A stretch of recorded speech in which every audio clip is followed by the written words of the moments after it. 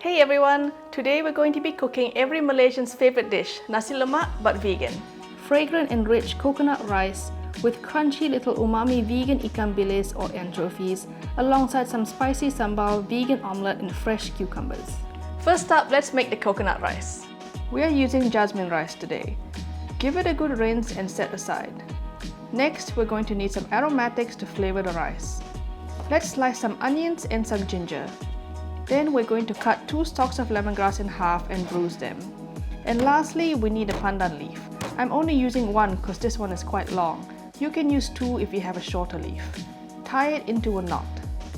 Now we're going to saute everything to release more flavor from the aromatics. Add some oil to a wok and toss in all the ingredients.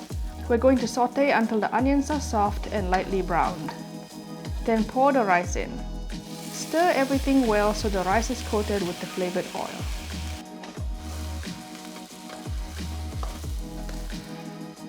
Transfer everything to a rice cooker.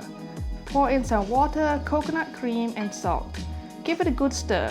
Then we're going to cook the rice on the jasmine or white rice setting. While waiting for it to cook, let's make the sambal. The first step in cooking the sambal is preparing the dried chilies. We're going to take the dried chilies and cut them in half and remove all the seeds.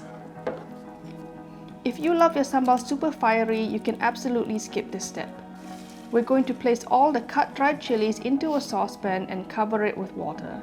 We're going to boil this for 10 minutes to soften it completely. Once it has cooled down, we're going to place it all in a blender or spice grinder. To this, we're going to add some shallots and garlic along with a small piece of ginger. Add some water and then blend it super smooth. I actually forgot to put this nori in, so I'm going to do that now and blend it again. Next, we're going to grab a yellow onion and slice it. You can also use a red onion if you like, or a mix of both. Now let's start cooking the sambal. Turn on the heat and get your wok ready. We're going to be using quite a bit of oil here in order to properly fry the sambal paste thoroughly. It's a very important step in making this sambal. Let's first fry our onions. Once they start to wilt, we're going to pour in the sambal paste. Make sure the heat is on medium and stir frequently. Place a knotted pandan leaf in here and stir. We want to cook this until pecah minyak, or until you can see the oil separating and floating to the top. Let's pour in some water now. Then we're going to season the sambal with some mushroom seasoning, salt and MSG. This is optional. To balance everything out, we're also going to season with tamarind paste or asam jawa and some palm sugar or gula melaka. Taste everything as you go and make sure the flavors are balanced according to your preference. We're going to continue cooking this on medium-low heat until most of the water has evaporated. Once the sambal has cooked down, we can turn off the heat and set it aside to cool. Let's make some vegan Ikan Bilis with some tofu, seaweed and rice paper. First of all, we're going to need a baking tray lined with parchment paper and an oven-safe wire rack. We're going to grease this wire rack well with some oil. Then on a rimmed plate, we're going to sprinkle in some mushroom seasoning and kombu dashi powder and stir in some water. Stir until all the seasonings have dissolved. This is to dip our rice paper in and give it some flavor. Next, we're going to make a flavored starch slurry by mixing mushroom seasoning, kombu dashi powder, some salt and cornstarch with a little bit of water. Okay, now that that's done, we can do the fun part. Take a sheet of rice paper and dip it in the seasoned water.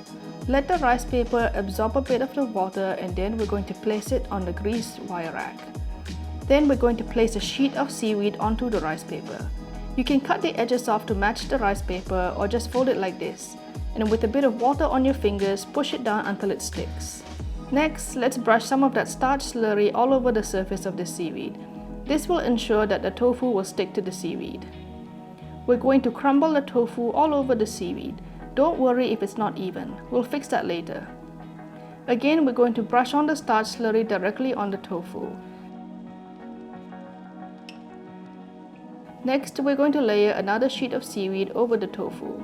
And lastly, we're going to dip another sheet of rice paper in the seasoned water and then layer over the top of our seaweed. Then we can press it down to even out the entire layer. I know this doesn't look like Ikan Bilis yet, but trust the process. We're going to bake this in the oven for 8 minutes at 180 degrees Celsius. And then we're going to flip it and then bake for another 10 minutes. It may stick to the wire rack a little bit as the rice paper gets sticky, but just push it gently to release.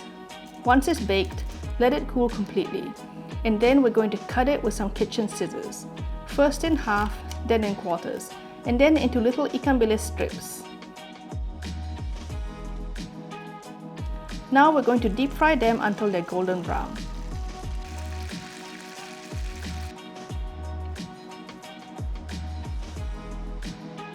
Look at that. Doesn't it look like a real Ikan Bilis? Let's give it a taste test.